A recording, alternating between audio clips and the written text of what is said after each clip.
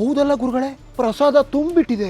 ಇದು ಹೆಂಗ್ ಬಂತು ಅಂತ ನನಗೂ ಗೊತ್ತಿಲ್ಲ ಆಚಾರ್ಯರೇ. ಇಲ್ಲ, ನೀನೇ ಏನೋ ಮಾಡಿದ್ಯಾ. ನನಗೆ ಗೊತ್ತಿಲ್ಲದೆ ಇರೋ ಹಾಗೆ ಒಳಗಡೆ ಹೋಗಿ ಪ್ರಸಾದ ತಂದು ಸುರಿದಿದ್ಯಾ. ಅದು ಹೇಗೆ ಸಾಧ್ಯ ಆಚಾರ್ಯರೇ? ಗುಟ್ಟಾಗಿ ಮಾಡೋಕೆ ಅದೇನು ರಸಾಯನವೇ? ಬೆಂಕಿ ಹಾಕೋದು ಬೇಡವೇ? ನೀರು ಕುಸೋದು ಬೇಡವೇ? ಅಕ್ಕಿ ಹಾಕೋದು ಬೇಡವೇ? ಅನ್ನ ಮಾಡೋದು ಬೇಡವೇ? ನಿಮ್ಮ ಹದ್ದಿನ ಕಣ್ಣು ತಪ್ಪಿಸಿ ಇಷ್ಟೆಲ್ಲ ನಾನು ಹೇಗೆ ಮಾಡೋಕ್ಕೆ ಸಾಧ್ಯ ಹೇಳಿ ಆಚಾರ್ಯರೇ? ನೀವು ಹೇಳೋದು ನಿಜಾನೇ, ಆದರೂ ಇಷ್ಟೊಂದು ಪ್ರಸಾದ ಹೇಗೆ ಬಂತು ಗೋವಿಂದ?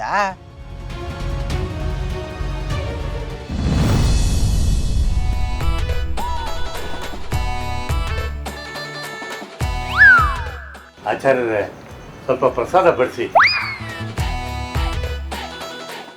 ಆಚಾರ್ಯರೇ, ನಮಗೊಂದು ಸ್ವಲ್ಪ ಪ್ರಸಾದ ಬಡಿಸಿ.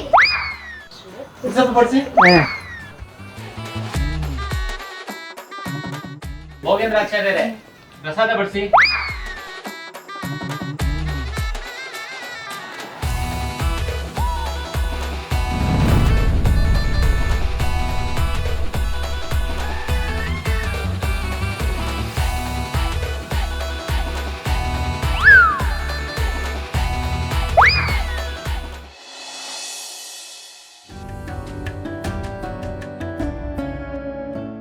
ಗುರುಗಳೇ, ಎಲ್ರದ್ದು ಭೋಜನ ಆಯಿತು.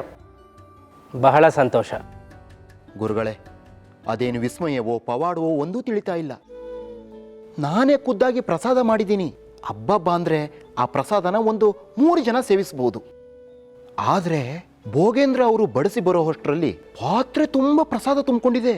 ಅದನ್ನೂ ಬಡಿಸಿ ಬಂದರು, ಮತ್ತೆ ತುಂಬಿಕೊಂಡಿದೆ. ಅದೇನು ಅಕ್ಷಯ ಪಾತ್ರೆಯೋ ಒಂದು ತಿಳಿತಾ ಇಲ್ಲ. ಇರಲಿ, ಅದನ್ನು ಚೆಲ್ಲಿ ವ್ಯರ್ಥ ಮಾಡಬೇಡಿ. ಬೆವರು ಸುರಿಸಿ ಕಷ್ಟಪಟ್ಟು ರೈತ ಬೆಳೆದಿರುವ ಬೆಳೆ ನದಿಗೆ ತೆಗೆದುಕೊಂಡು ಹೋಗಿ ಹಾಕಿ. ಜಲಚರಿಗಳಿಗಾದರೂ ಆಹಾರವಾಗುತ್ತದೆ. ಭಟ್ರೆ, ತಗೊಂಡೋಗಿ. ಆಚಾರ್ಯರೇ, ನೀವೇ ಹೋಗಿ ಬನ್ನಿ. ಮನುಷ್ಯರಿಗಷ್ಟೇ ಅಲ್ಲ, ಮೀನುಗಳಿಗೂ ಆಹಾರ ಕೊಟ್ಟ ಪುಣ್ಯ ನಿಮಗೆ ಲಭಿಸುತ್ತದೆ. ಆಗಲಿ ಗುರುಗಳೇ. ಬನ್ರಿ ಭಟ್ರೆ. ಆಚಾರ್ಯರೇ, ಇಂದು ನೀವು ನೀಡಿದ ದವಸ ಧಾನ್ಯದಿಂದ ಸಮಸ್ತರಿಗೂ ಪ್ರಸಾದ ವಿತರಣೆಯಾಯಿತು ಮತ್ತು ಆ ಮಹಾಪುಣ್ಯ ನಿಮಗೆ ಲಭಿಸುತ್ತದೆ. ಬನ್ನಿ ಹೀಗೆ.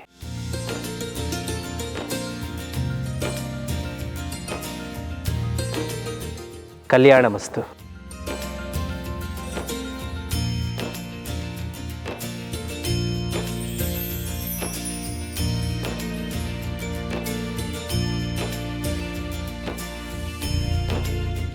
ಗುರುಗಳೇ, ನಾನು ಮಠದ ಪರಮ ಭಕ್ತ. ನಮ್ಮ ತಾತನ ಕಾಲದಲ್ಲಿ 100 ಮೂಟೆ, ಅಪ್ಪನ ಕಾಲದಲ್ಲಿ 100 ಮೂಟೆ, ನನ್ನ ಕಾಲದಲ್ಲೂ 100 ಮೂಟೆ ದವಸ ತಂದಿದ್ದೇನೆ. ಇಷ್ಟೆಲ್ಲ ಮಠದ ಸೇವೆ ಮಾಡಿದರೂ 2 ಬೊಗಸೆ ಅಕ್ಕಿ ತಂದವರ ದವಸದಿಂದ ಪ್ರಸಾದ ಮಾಡಲು ಹೇಳಿದ್ದೀರಿ. ಈಗ ಅವರಿಗೇ ಮೊದಲು ಅಕ್ಷತೆ ಕೊಡ್ತಾ ಇದ್ದೀರಾ. ಮೊದಲು ಬಂದವನು ನಾನು. ನನ್ನ ಬೇಡಿಕೆ ಈಡೇರಿಸಬೇಕಾದ್ದು ನ್ಯಾಯ ಅಲ್ಲವೇ? ಮಂತ್ರಾಕ್ಷತೆ ಮೊದಲು ನನಗೇ ನೀಡಬೇಕಲ್ಲವೇ?